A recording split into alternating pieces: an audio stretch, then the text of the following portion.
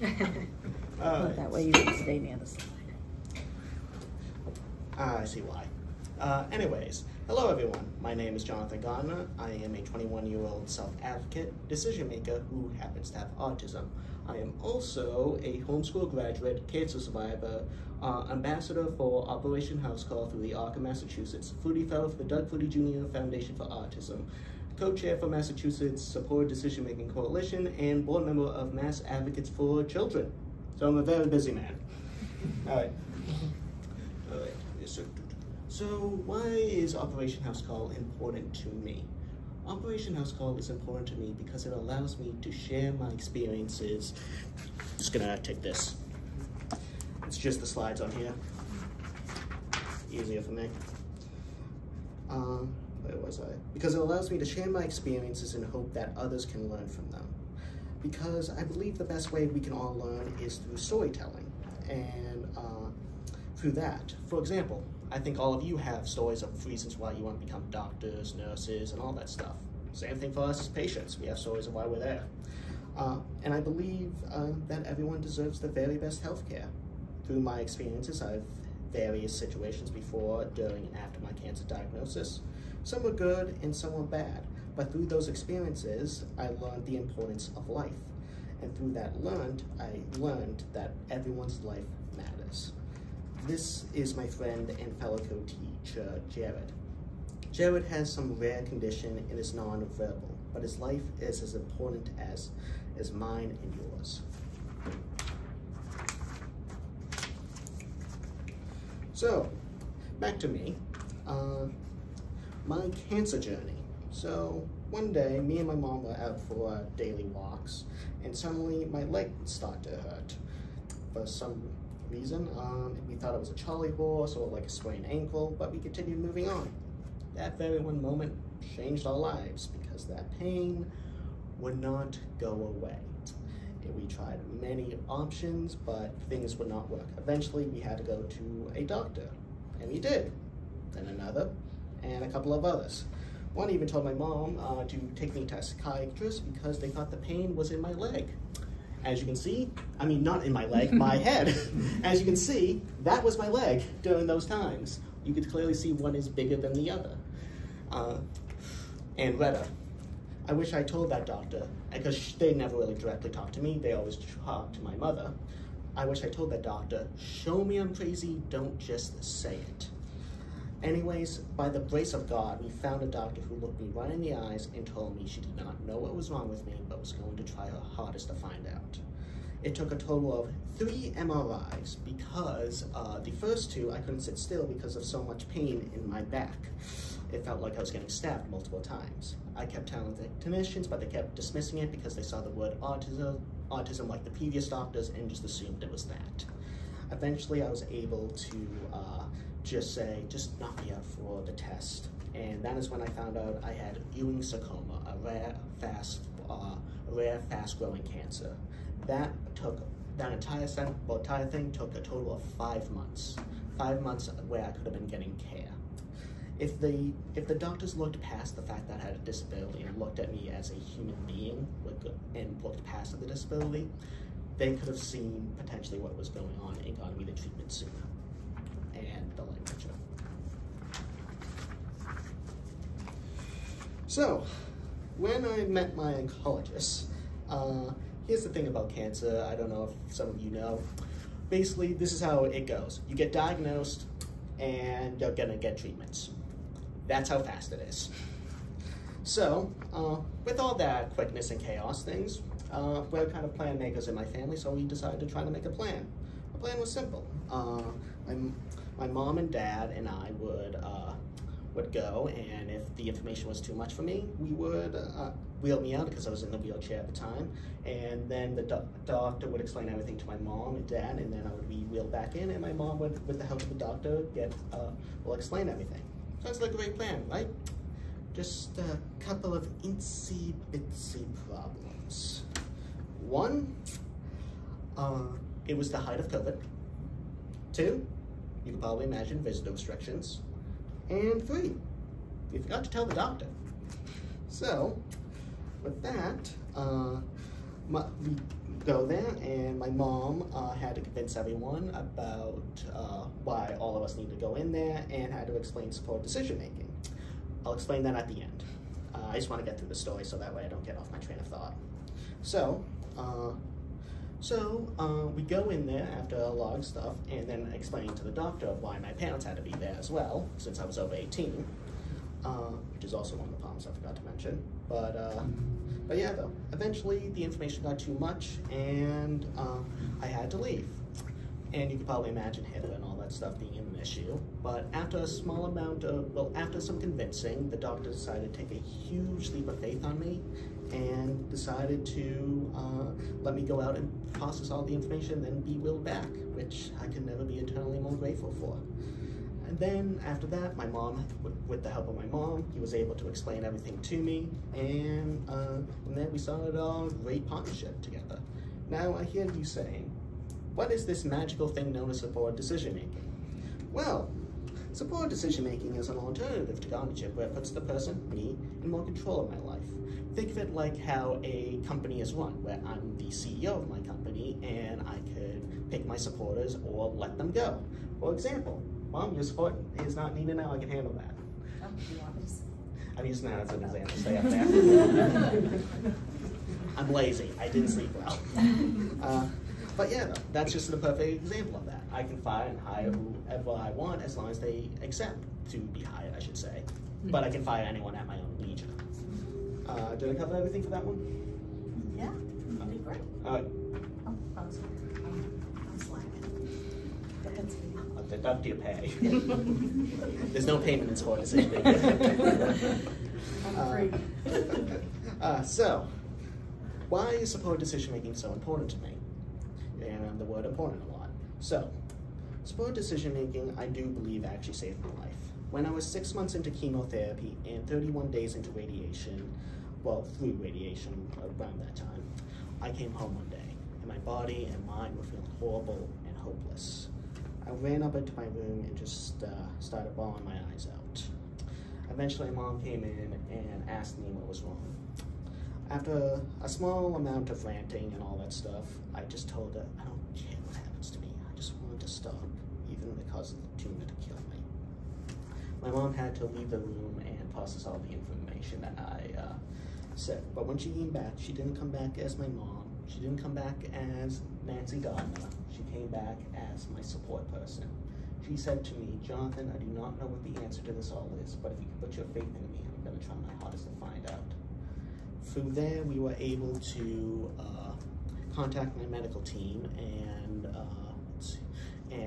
I had to step out of the room because I was in no state of mind to talk about that. So my mom and them came up with the ideas with my permission, and they brought the plan back to me, and I talked it through with more of my supporters, and through that, I was able to continue my treatments with a different plan that took care of not only my physical health, but my mental health at the exact same time, and I can never be more grateful.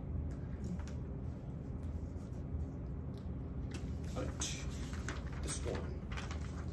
So, I believe that so-called behaviors are a form of communication. When a person with a disability has a behavior, they are trying to communicate something important.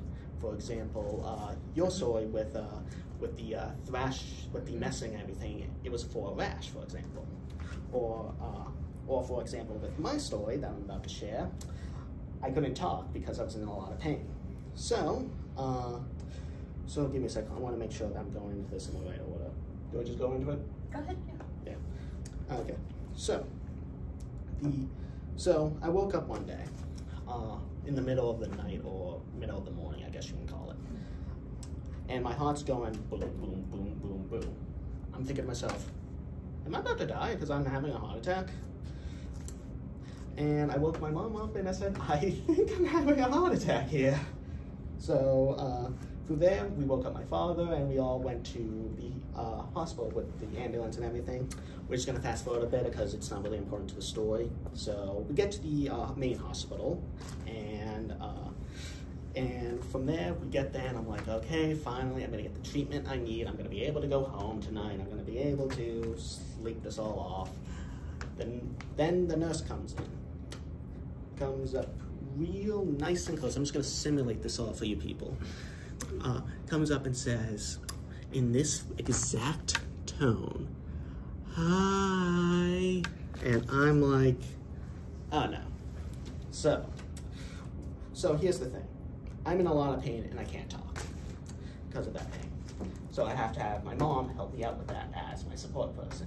So she's doing most of the talking for me, and this person is asking a lot of questions about my autism instead of my diagnosis of why I'm there and all that stuff, because I was there on the suggestion of my medical team.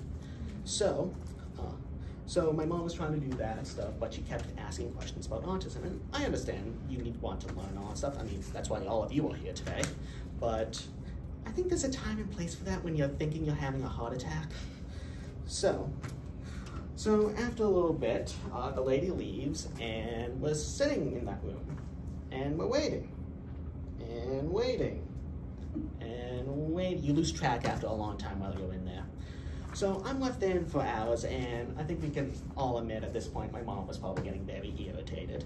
And I think we can all know how mama bears can work and all that stuff. And she's like, "Jonathan, let me, come on, let me." And I'm like, "Mom, let's give them some time," because I like to work as much as possible and make their lives as easy as possible with all that stuff, because I believe cooperation would be the easiest way for best care. But that's a different discussion for a different time. So I'm finally like, after hours of hours, I'm like, "Mom, I do not care what you need to do. Get me what I need." So she goes out and does her magical ways that I still do not understand to this day. But eventually that nurse came in, and I'm like, there's no way I'm gonna get the help I need. So, because then I just break down, because I'm just like, there's no way this person's gonna help. So I just say, "Get out, just get out." Eventually a different nurse came in with an Italian ice and a Gatorade, and I'm like, thank God. I'm like, thank you, like crying so much of joy and being like, thank you so much. Eventually I was able to get an IV, because I needed an IV at this point because I was so dehydrated, and I was basically had to stay the night at the hospital. If this nurse looked beyond the fact that I had autism and looked at me as a person in pain, she could have seen that I was someone that needed a lot of help and needed some, more medical care. If she looked beyond that, I could have been able to sleep that night and all that stuff. But enough with the negatives, let's get to the positives here. Now these groups, these people are some of the greatest people I've ever met in my entire life. Let's start off one by one and go down the list if you don't mind. So let's start off with Dr. Greg Cody. That was the doctor that I was talking about originally, that I still feel bad for to this day for putting him in that difficult situation. But he basically got to know, him and the rest got to know me as a human being. And honestly, they saved my life for just listening to my voice and all that stuff, letting me go at my own pace and thinking more about my body. Like, for example, after all that hard talk about cancer and all that stuff, I remember specifically he noticed I had a gaming laptop. And he said, "Jonathan, is that a gaming laptop?" And I was like, "Yes, that is, because I am part of the PC Master Race." But, hey, it's under my name. It's just the name that I give it. But yeah, though. And we talked a little bit about video games for a while, and we continue to talk about that. Next one, Nurse Christina. She's like the science teacher. Me and my family like to joke about that, because she always explains so much things down. Like, at this point, I think we have PhDs at this point. What do you say? I think so. Yeah, she's like confirmed. But yeah, though, I remember like a lot of times when there was so much difficult things to understand, like this. He speaks in a lot of doctor language. Translated. Tell them how she used to break down, like when they would say to you, "How much pain are you in?" And they would show you the smiley faces, and that didn't work for you. So how did she say to you, "Let's gauge your pain today"? Can you play your video games? And how long can you play it for? Yeah. We got rid of the smiley faces. Yeah. So that was how we were able to gauge my pain. pretty big gamer, but that's a different story for a different time. But yeah, though, I remember one time, I think it was like the second most recent time we've been there, was it? Yeah, it was on your 2-year visit. My 2-year visit, yeah. She told me that she and the entire crew is here for my entire life journey, and I couldn't think of a better crew to have with me. Next up is Nurse David. I remember a specific time with Nurse David where I was having a specifically hard time, and he noticed I had some manga, for those that don't know, Japanese comics. And he was like, and he asked if he could read some with me. And yeah, so we both just grabbed some books and just started flipping through them. That was honestly one of my favorite moments going through cancer, if you have to pick a favorite. But through there, we just really grew. He always talks about wrestling with me sometimes, or animes and all that good stuff. And finally, Nurse Judy Ann. This woman is an angel. So, a little background. I needed a lot of fluids because it was really tiring and I couldn't really drink a lot. So we tried to find someone that could come to my house, access my port, and do that. And, help me get the fluids in me. There was no one in my area, so because Judy Ann lived close by, she came to my house without pay, just because she wanted me to be able to be home and relax and just not have to drive into Boston each time, and gave me the fluids, all without pay. And I could never be eternally grateful to all these people. I could go on and on, but... After she worked a whole day. After she worked a whole day. But I could go on and on about this, but we'd be here all day if I went through everything. All right. Anyways, if you want to contact me for anything, there's my stuff. All right, you're up. I didn't know how to transition. Yeah, I just started from Google Drive, so that's good. We got the internet. Sweet. 3 seconds. Thank you. Thank you. Time.